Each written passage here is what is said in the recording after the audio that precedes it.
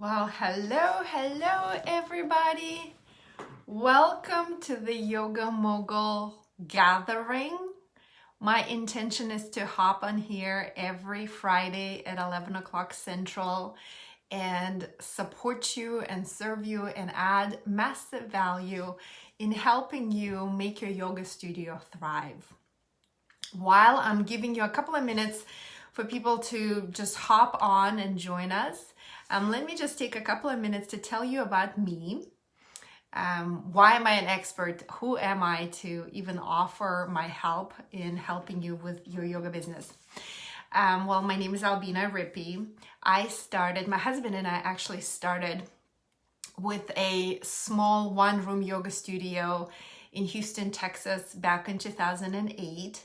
And then over the span of 10 years, we grew our yoga community to a thriving community of 7 yoga studios, an organic juice bar, a beautiful retreat center in Taos, New Mexico, and an online platform. We had, a community of over 60,000 yogis, 150 employees, a team of like 30 full-time employees. So it was a tremendous growth. And then back in 2017, we sold our studios to YogaWorks. And then we traveled around the world with our kids for a year. And now we're back. And, I have this wealth of knowledge. I know how to make a yoga studio thrive. And I know many of you are struggling, especially now in times of COVID. So I decided that I'll hop on here every Friday and answer your questions and offer something that I see going on in the yoga industry, and hopefully it will be of value to you. So in preparation for this call today, I asked you to prepare your questions. And some of you will be asking these questions live, and some of you emailed me these questions because, some of my clients are in England and Australia, so I have also prepared questions for you. But I want to give you guys an opportunity right now to ask your questions right now, and I'm going to be checking.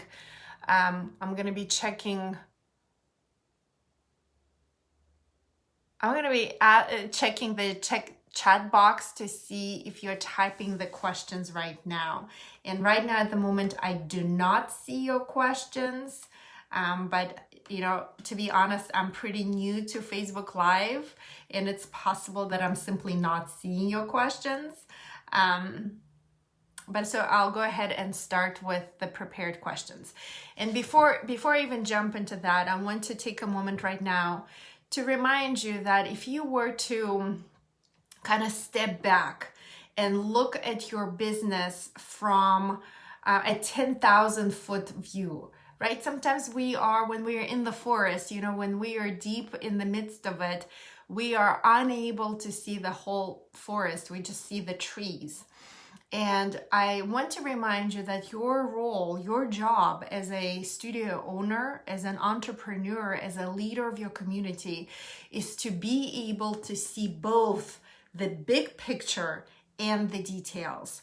Your job as a leader, as an entrepreneur, as a business owner is to always anticipate what's to come and to lead your community and lead your business.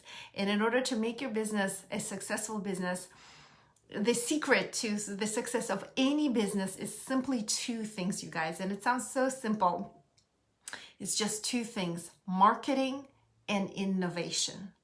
Constantly innovate, roll out new products, new offerings, do things that nobody else is doing in your industry, in your town. And then marketing, most of you are not marketing enough. I am kind of that person who sometimes would scroll through social media of my clients, and I just see that you guys are not doing enough marketing, or you're doing in such a way that is not speaking to your ideal clients. So I just want to remind you, before I hop into these questions that you have, I'm gonna ask you to just remember, marketing and innovation is just 2 things to the success of any business. Okay, so I don't see your chats asking questions, so I'm gonna go ahead and go to the questions that some of you emailed me in advance. So one question is, I need to hire a person to help me administrate my virtual studio, to answer emails, to manage information on the booking system, to do some simple social media inputting and editing. I'm new to hiring and managing people. What kind of things should I think about when advertising and recruiting? I mean, to be honest, if you were to ask me this question before COVID-19, right, I would say that it is important to create a team that is 100% aligned with your vision for the company, with your values, with your philosophy. I would also say that your employees are representatives of your vision, and it is important to hire correct people. And, COVID happened, and I think this question is specifically around a virtual studio. My gut feeling, and I've always led my businesses with intuition, the first thing that comes to mind is specifically to manage your virtual studio, your emails, the booking system. I would literally outsource it to somebody.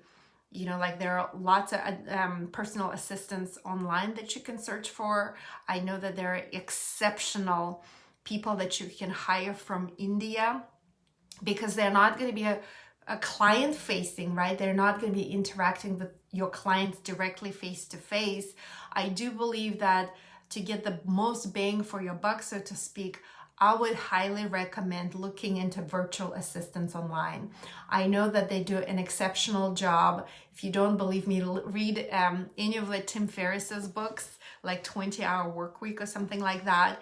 And he really encourages you to hire a virtual assistant, somebody with high work ethics, high integrity, that would be more than happy to do an exceptional job for you for very, very inexpensively. So I know, Claire, you're in the United Kingdom, and my feeling is probably going to be cost you a lot of money to hire somebody to do this work. So as you are looking for somebody locally, I would encourage you to consider to hire somebody virtually, like from India or somewhere like that. Even people in Eastern Europe, they do an exceptional job for a lot less, for a smaller pay, which it's not that you are like some sort of Scrooge and you don't want to pay people, but the standard of living is different, right? You can buy way more things for $10 in India or in Eastern Europe than you can, say, in the United Kingdom or America. So I think you would get the benefits of the both worlds. You're going to benefit, and the person that you'll hire will benefit from that. Besides, usually, like people in India and Eastern Europe, my experience with virtual assistants is that they're very, very tech savvy. And plus, they can do that work from anywhere in the world. Okay, so the next question I have, and it's a little bit tricky one. Do you have an industry standard rate you suggest paying teachers if you're trying to create a video subscription site?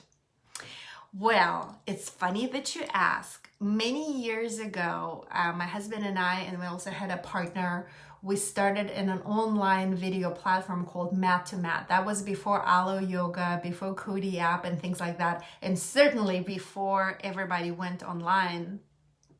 And we've learned a lot about an online yoga video platform. And we did extensive research, and we weighed all the options when it comes to teacher pay and how do we handle the finances. I'll tell you what we did, and I will also make a suggestion on what I think can be beneficial for you now as you are creating your own virtual studios and your own yoga studios. So this is what we did with Mat to Mat. So every teacher had their own channel, and people signed up for their channels, for different channels, and it was very inexpensive. Like, I think mine is like $8 a month or something like that. And what we did is we set it up, the technology, the backside of it was 100% automated through Stripe, which is a merchant service processor, credit card processor. And it literally split all the subscriptions. I think it was maybe 50-50 or something like that. So automatically, as somebody signed up for somebody's channel, 50% of those revenues would go to our company, Mat to Mat, and 50% would go to the teacher, or whatever percentage you want to do, 30, 70, or something like that. The beauty of that model is that once you set it up, at least in theory, it runs automatically. You don't have to ever like go there and manually edit anything. Now, if I were to do it differently today, let's say, I'm teaching classes live at the studio, but I'm simultaneously broadcasting it, let's say through Zoom, to my students online. I would record those classes and obviously put it on a website somewhere online and offer a subscription to that, unlimited subscription. That's what I would do. And in that case, perhaps there is a possibility for you to negotiate a rate with your teachers that they get paid per class. And, maybe you pay them their normal rate, whatever that is, $30, $40, $50 a class. But in return, you get them to sign a legal document that says that, they get paid their standard rate. And since you're recording this class, they give their consent to offer that class on your online yoga platform. That way you pay your teacher $50 once, but then you get to use that content that is recorded, let's say in your studio, for your clients, make it available online indefinitely, or for, make it an evergreen content that is available for years to come. Now, this will be a passive source of revenue, what we call making money in your sleep. It can be a very low subscription rate because it's not live content, but rather pre-recorded. I do believe that there is some room for negotiation and something that you can work out together with your students. Now, I do love the model of evergreen pre-recorded content, because like with Mat to Mat, I haven't been involved in Mat to Mat for years now, but every day I get a payment from Stripe coming into my bank account as a passive revenue stream. The videos that I recorded and posted literally like 10 years ago, 7 years ago, 5 years ago. And I'm leaning a lot on that content in the teacher trainings that I'm leading today, and the content I recorded many, many years ago. Now, with every single scenario, there are adjustments that you'll need to make.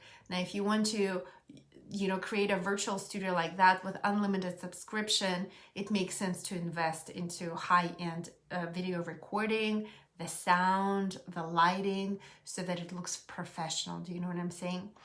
Well, I hope this answers your question. I don't remember who, maybe Mandy asked this question, but I hope this is helpful. Now, for you guys who are joining me live, you can type your questions in the chat window. I don't see any of your questions on the chat right now. I'll give it a minute, or chat, or a comment.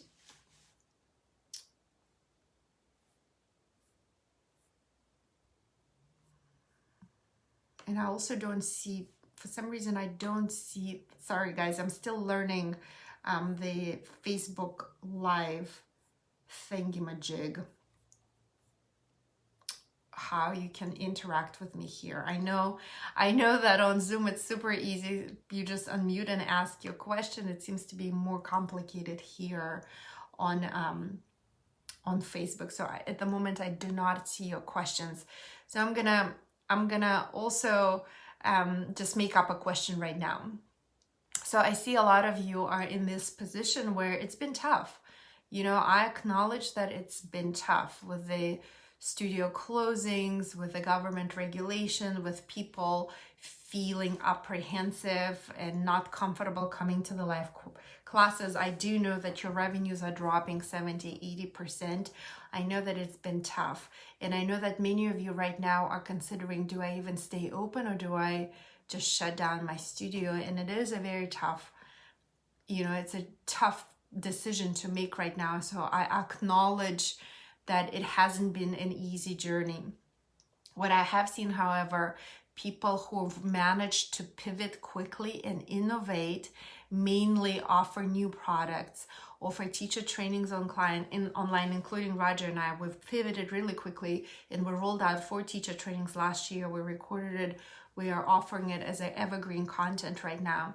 The people who've managed to, weather the storm, so to speak, are the people who are able to pivot really quickly and innovate. Again, remember what I started with. The success of any business depends on just 2 things: marketing and innovation. Your job as a business leader, as a community leader, is to constantly innovate and respond to what is happening out there in the world, not to stay in your little bubble. So switching to the virtual studio is really, really important. But what I would say right now, if you weathered the storm this far, we're now in March of 2021, what I would say is, with the businesses opening, with people getting vaccinated, I think the worst is behind us. I do believe that if you just hang in there for a couple of more months, what I truly believe is going to happen, and I don't have a magic ball that predicts the future, but I do know enough about the industry to see the trends and to understand the trends. What I will tell you is that, your competition is eliminated largely. If you're surviving, if you're still in business today, I'm willing to bet that your competition has been eliminated. So, I do believe that as people feel more comfortable coming back to the studios, you're going to thrive. Your studio is going to grow. It may take some time. It may take a lot of energy and effort, and it may take a lot of you pivoting and innovating. But I do believe that the vast majority of your competition has been eliminated. You can, as soon as people feel comfortable, they are all going to come to you. There is also maybe an opportunity for you to go into the market right now. So I know many of you, like Whitney joining right now, she's opening a new yoga studio. I do believe it's a good time to open a yoga studio. When Roger and I, my husband and I, started our first studio back in 2008, we literally opened 1 week after the biggest financial recession, so to speak, in our recent history. And because of that business recession, for about a span of 7 years, we had no competition. And remember, timing is important. I always say that timing is uber important. Knowing what season you're in, what season is going on in overall economy, what season is your industry in right now, and anticipating what season is years to come is power. And I do believe that now that a lot of, I'll be honest, the competition is eliminated. A lot of the yoga studios had to shut down and close down. Now may be an ideal time to go into the business.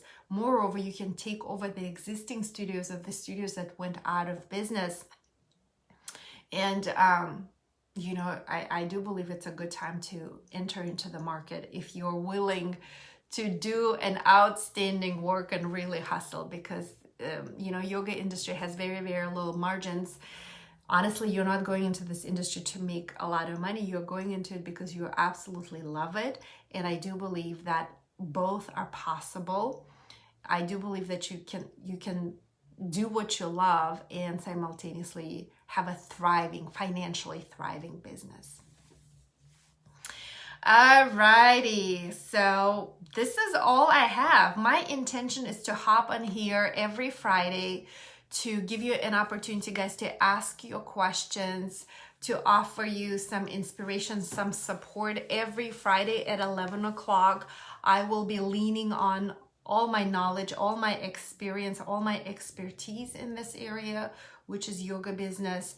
So hopefully this has been helpful. Again, if you have any questions, you can put your questions into the chat window, into the comments, and I'm happy to address those questions.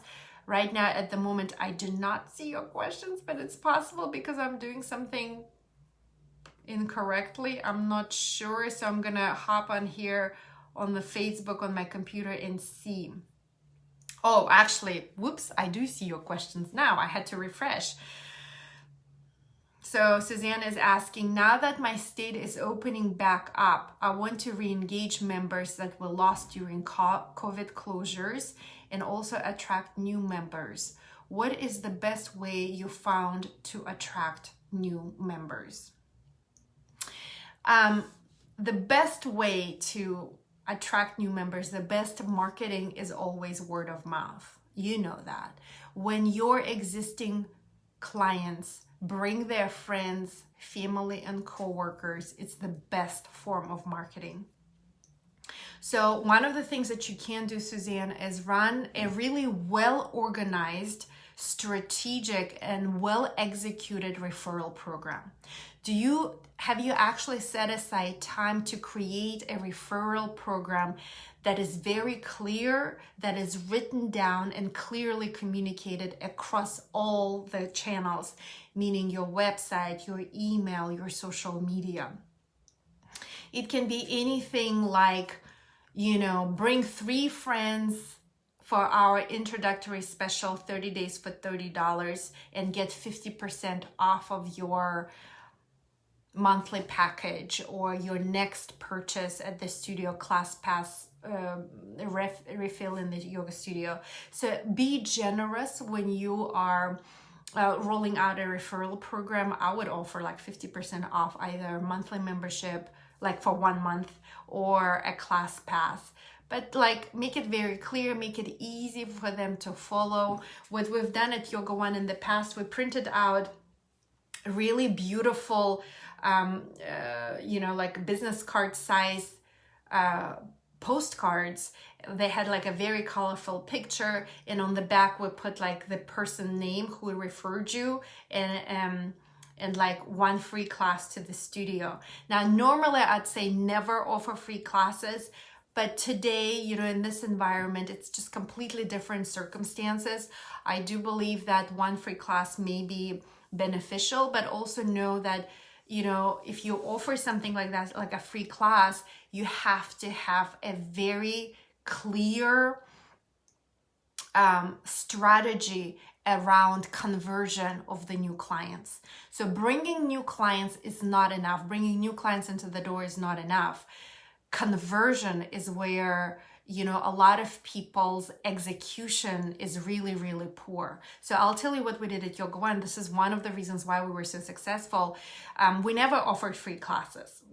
Instead what we did, we offered 30 days for $30. But then we had a very clear strategy to convert those new students into our auto-pay members. And our conversion rate was 70%, which is very, very high for the industry, largely because it was a very clear strategy, and every person on our team was trained in that strategy, in this action steps. So we did like a series of emails that went out. We said, if you sign up for the monthly membership, you'd get it a significant discount. We sent like the first email would go the day they signed up for intro special, then 2 weeks later, and then 3 days before their intro special expired. So with that, if they signed up within the intro special period, which is 30 days, they got a significant discount on the auto-pay membership. It was all automated. All they needed to do is click 1 button to sign up. You can do that with Mindbody. And also my team, and remember I had 150 employees, so 7 studios, so my team was trained to make actual phone calls. And we did at least 2 phone calls in the span of 30 days during the introductory special. So people would call and be like, hey, I'm just calling to check in on you, see what is going on. Do you have any questions about yoga? Oh, you don't like hot yoga? Well, did you know that we have another room in every one of our studios, flow yoga, that is not heated? Oh, it's too fast. Then, we have yoga for the athletes, yin yoga. So that human interaction and connection is something that we did really well. And then the second phone call was before the intro special expired, saying, hey, did you know that if you sign up within this 30 days, you get a massive discount on the auto pay special? So that's kind of our conversion strategy. Another one that you can do is, Facebook and Instagram ads can be very effective. With Facebook ads, you can do very specific targeting. You can, all of these things I teach in my Yoga Mogul membership. This is where once a month on the 15th of every month we get together and I'm rolling out very specific tools. So I'm really getting into the Facebook ads right now. It can be very, very productive, effective, although it does cost money. So you have to have marketing budget. But I do believe that you can absolutely attract new clients through really effective social media strategy and a refer a friend campaign that is very well planned out and executed and communicated, right? Marketing and innovation is two things that are necessary for the success of any business. So not just like come up with a random idea, but plan it and execute it to the highest level. I hope that was helpful, Suzanne. So let's see what other questions. What do you see in the next 3 to 6 months in the yoga and fitness industry? Christine asked that question. Well, I think I talked a little bit about that. I mean, I don't have a magic device to predict the future, but what I do believe is going to happen as people are getting vaccinated, as people are starting to feel more comfortable, they will start coming back to yoga. Look, people, what I'll tell you from my experience, I have a retreat center in Taos, New Mexico, and we just led our silent meditation retreat. Now, that was a totally a big experiment because I didn't know if anybody is first ready to come to the retreat, and second, if there is any interest. Now, I'll tell you that we sold out that retreat in less than 1 week. This tells me two things. One, people are ready and eager to come back to their activities. And two, people are craving that human connection. They're tired of being cooped up in their houses. They are ready to get out of their houses and be with people. Now, you have to do it in a smart way. You can't be like, oh, free for all. I would say wear masks, practice social distancing, clean and sanitize your studio. Of course, that goes without saying. But what I do believe that people are eager. They're craving that human connection. They are ready to come back. And the more the vaccines roll out, I do believe that people will start coming back. And like I said, a lot of your competition has been eliminated. I mean, I feel really badly for the studios who chose to close down. But if you're still in business, I do believe that, better times are coming as people feel more comfortable coming back. I do believe that you have an opportunity here to step up and thrive as a business. My studio will have live music events, and I get asked if we will offer alcoholic beverages. The other aspect of my business is around healthy drinks and trying to embody yoga beyond just the poses. Because of this, serving alcohol feels against the health, but I don't want to be prude to the balance of moderation in all things. Okay, Whitney is asking this question. Now, I'm going to tell you what we've done in our yoga studios. So in our flagship studio in Midtown, we had a juice bar and we had an incredible chef who worked for us. And once a month we had dinners prepared by the chef. And of course, with dinners, people like to have wine. Now, you cannot sell alcoholic beverages because you don't have a license for that. Getting a license to serve alcoholic beverages is very expensive and it's fairly highly regulated. So I don't suggest that you go down that path. It's very expensive. And, in order to pay for that license, you have to sell lots of alcohol. What you could do is BYOB. This is what we did. So bring your own beverage. So that's a possibility that you can tell people that they can bring their own wine or beer. Another thing that it's possible is, let's say you are offering juices like we did at our Midtown studio. Like on Sunday mornings, you can offer a mimosa with like fresh, cold pressed juice and a little bit of champagne. Now you cannot sell it, but you can offer it for free.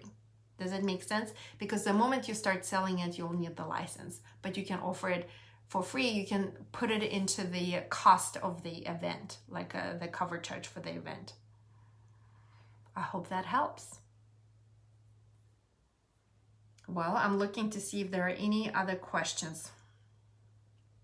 Who is your ideal target clientele? I don't know what this question is about. I think Christine is asking this question about the retreat. I mean, for the silent retreat, the target clientele is exactly the same target clientele as your clientele. These are the people who are interested in yoga and meditation. The people who came to my silent retreat are the people who've been with me for many years, my loyal clients, my biggest fans. These are the people who've been practicing yoga with me for years. These are the people who've been signing up for my digital courses online. But, you know, I think it's a great news that the retreat sold out in less than a week, and a lot of people were, you know, eager to come. I mean, to a different state. Many people drove for 15 hours, people who flew on the airplane to get there. So I see it as a great news for our industry, yoga, wellness, health industry. Another question, when making the decision to take a class off the schedule, do you base it only on if the individual class is profitable, or do you consider the overall class offerings and having a robust schedule, even if some days times aren't doing well in attendance? This is a very good question, Suzanne.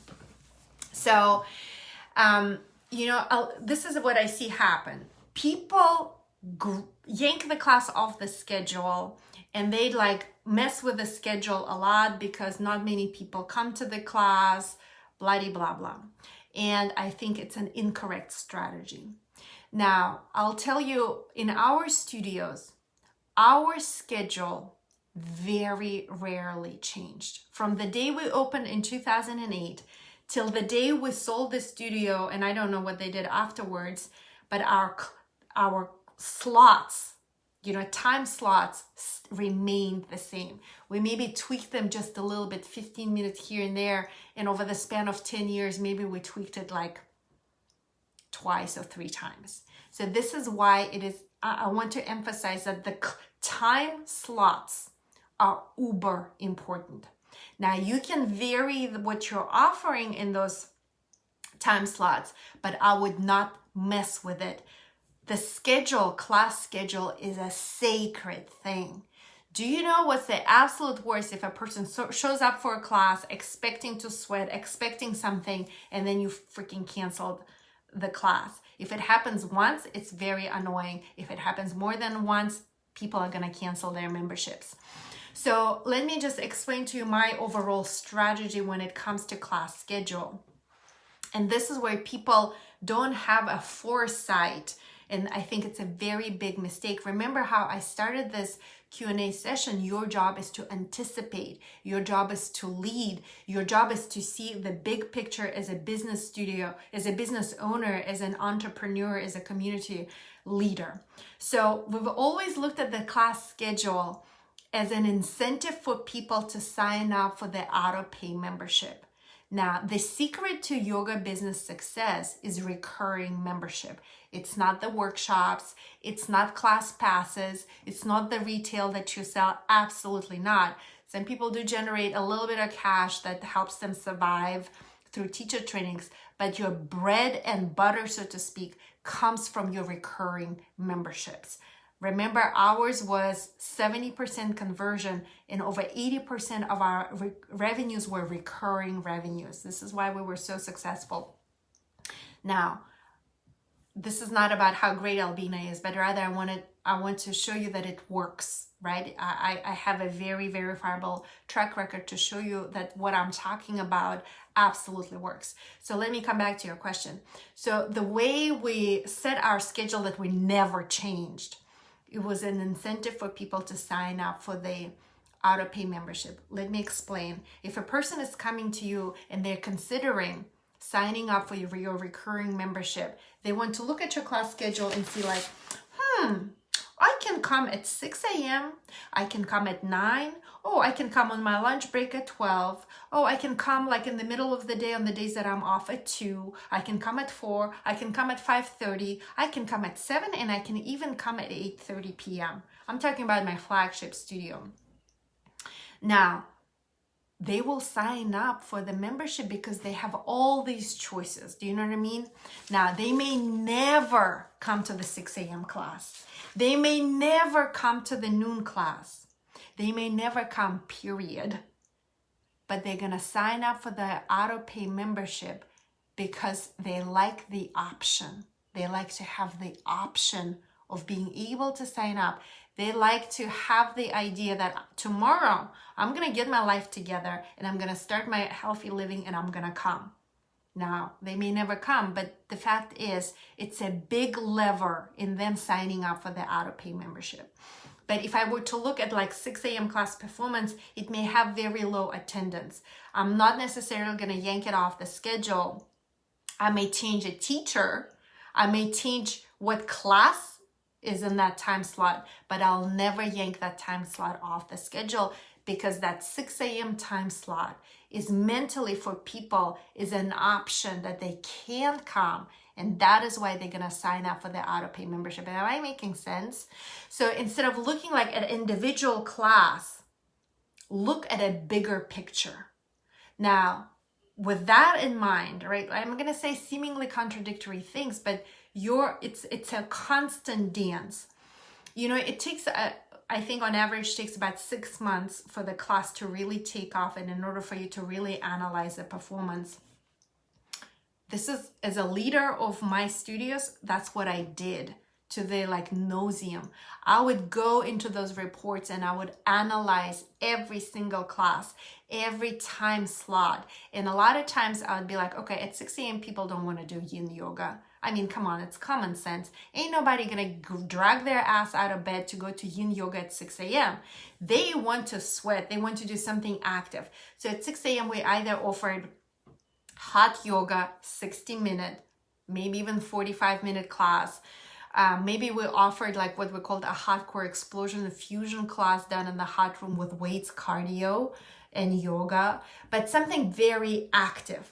If a person, like if my teacher at the 6 a.m. slot is kind of like, inhale and exhale, that person is not an ideal person for the 6 a.m. class. The opposite end of the spectrum is also true if you offer like an 8:30 p.m. class and the teacher is all like, yeah! You know, that's also not correct. At 8:30 p.m., people want to wind down, ready for bed. Maybe the 8:30 p.m. class can be a yin yoga class, right? And maybe a teacher can be more calm and yin like, do you know what I mean? So look at the class schedule like that, and I hope this is helpful. You know, class schedule is a very important thing. Now, I know, Suzanne, that you are signed up for my 300-hour teacher training. In the teacher training course, there is a elective course called Rockstar Yoga Studio course. I go in depth. In that course, I go in depth into the class schedule. In that course, I go in depth about the conversion strategy. I go in depth about attracting new clients and marketing. So if you haven't yet watched that course, I highly encourage you that you do that. And if you are watching the recording and you're not in our 300-hour training, you don't have to be in our 300-hour training to get access to that course. You can just sign up for that on my website, albinarippy.com. Oh, okay, Suzanne said she's watching the recording. All right, my friends. So it's been a long call today, 40 minutes. My intention is to make it short and sweet, 15-30 minutes. Next week, I'm going to hop on here at 11 o'clock and hopefully answer more of your questions and offer you some more tools, practical tools to help you thrive as a yoga studio business.